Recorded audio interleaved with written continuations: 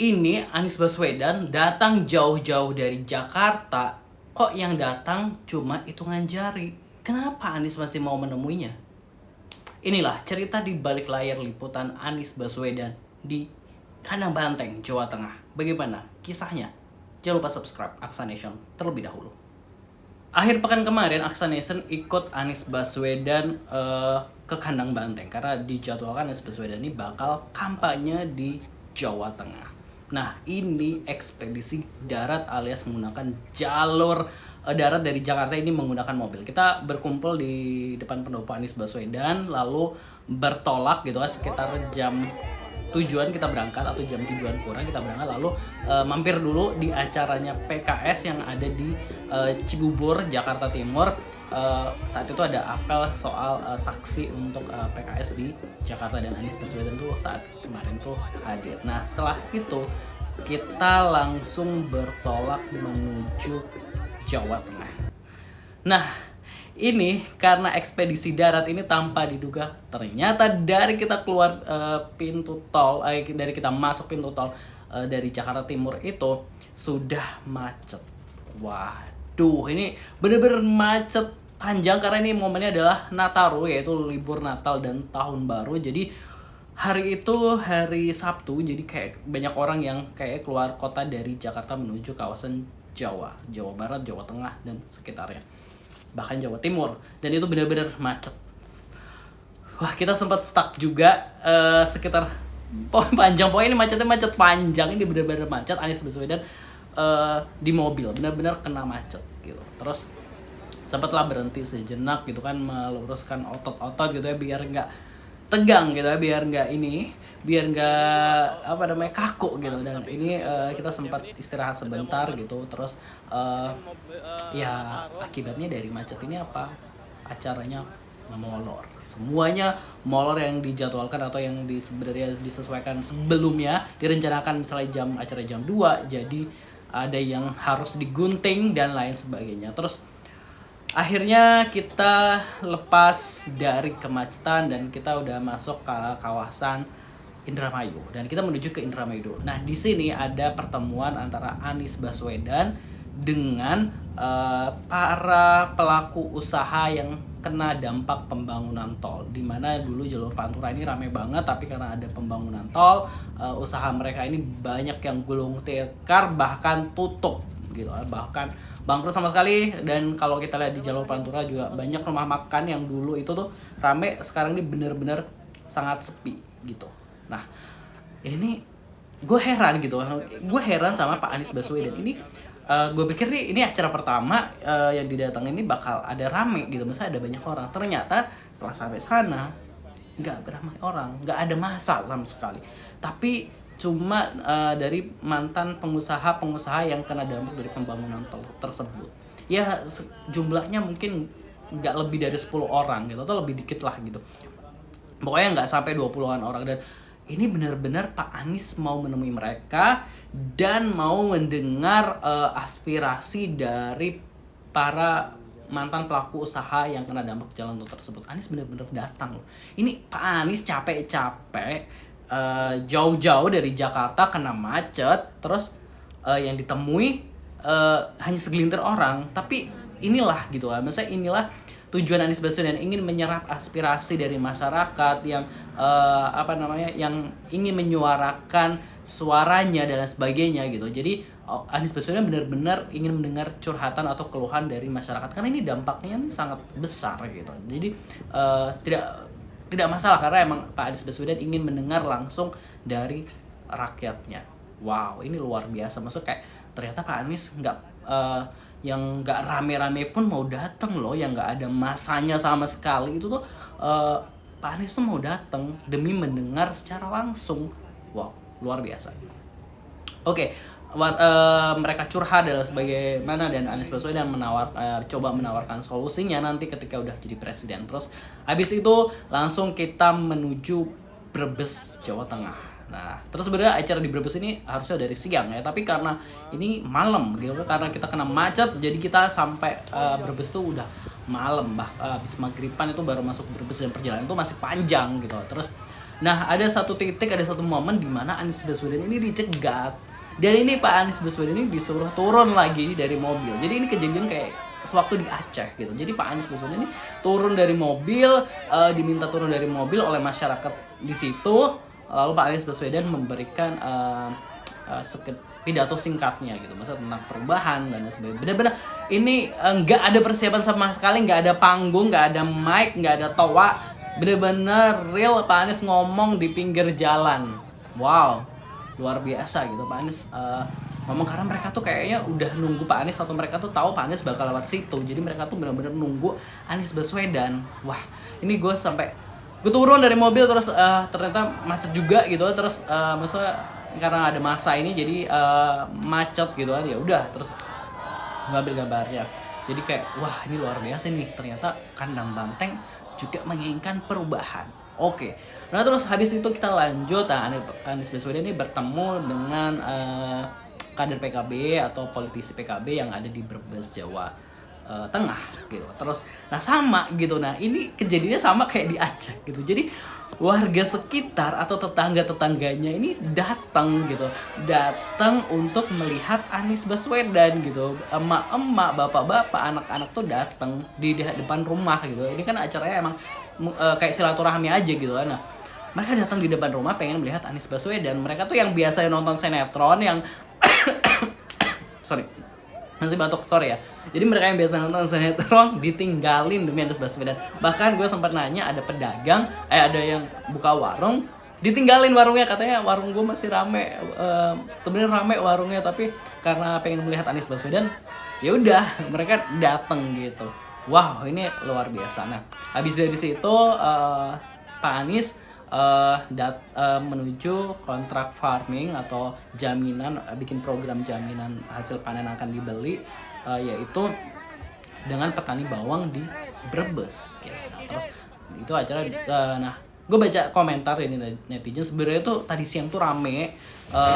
Tadi siang itu sebenarnya rame, tapi karena mungkin telat, karena Pak Anies telat itu tadi karena kena macet ya, jadi udah malam agak berkurang masanya. Tapi itu menurut gue masih banyak gitu, masih banyak orang yang menunggu Pak Anies Baswedan gitu. Terus ini wah, luar biasa. Terus kayak ya udah Pak Anies Baswedan bertemu dengan para petani bawang, lalu mendengar aspirasi mereka, curhatan mereka, dan menyiapkan program yaitu kontrak farming. Wah, itu dia. Lalu setelah itu kemana? Gue lupa ya. Setelah itu kemana Pak? Ya setelah itu kita istirahat.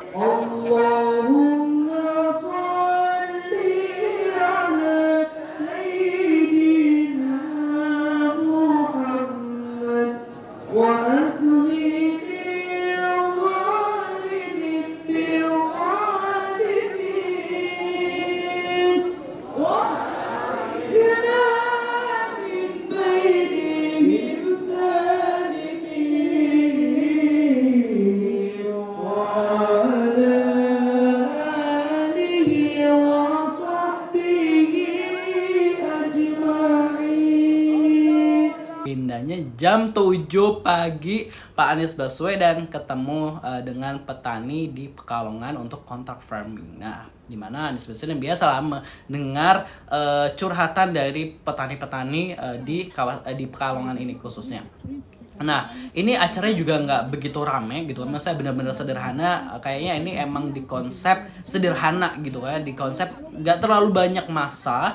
Yang penting Pak Anies bisa menyerap aspirasi dari para petani gitu, yang mereka curhat soal kelangkaan pupuk, yang soal masalah pupuk, terus masalah pupuk yang pakai kartu pupuk itu ternyata bikin ribet gitu kan. Anies menawarkan perubahan di sana. Terus soal apa lagi ya? Soal harga jual, yang pastinya kalau panen turun, kalau panen turun, kalau mereka lagi nanam harga beras naik dan sebagainya. Nah, ini kontrak farming ini adalah jaminan di mana hasil dari panen petani ini bakal dibeli gitu. Nah, itu Anies benar curhat ya. Terus Anies Baswedan sempat datang ke pondok pesantren Al Hashimi yang nggak jauh dari lokasi dari persawahan tersebut. Wah, terus kayaknya Pak, ini gue nggak ikut masuk ke dalam terlalu dalam, cuma lihat Pak Anies masuk aja.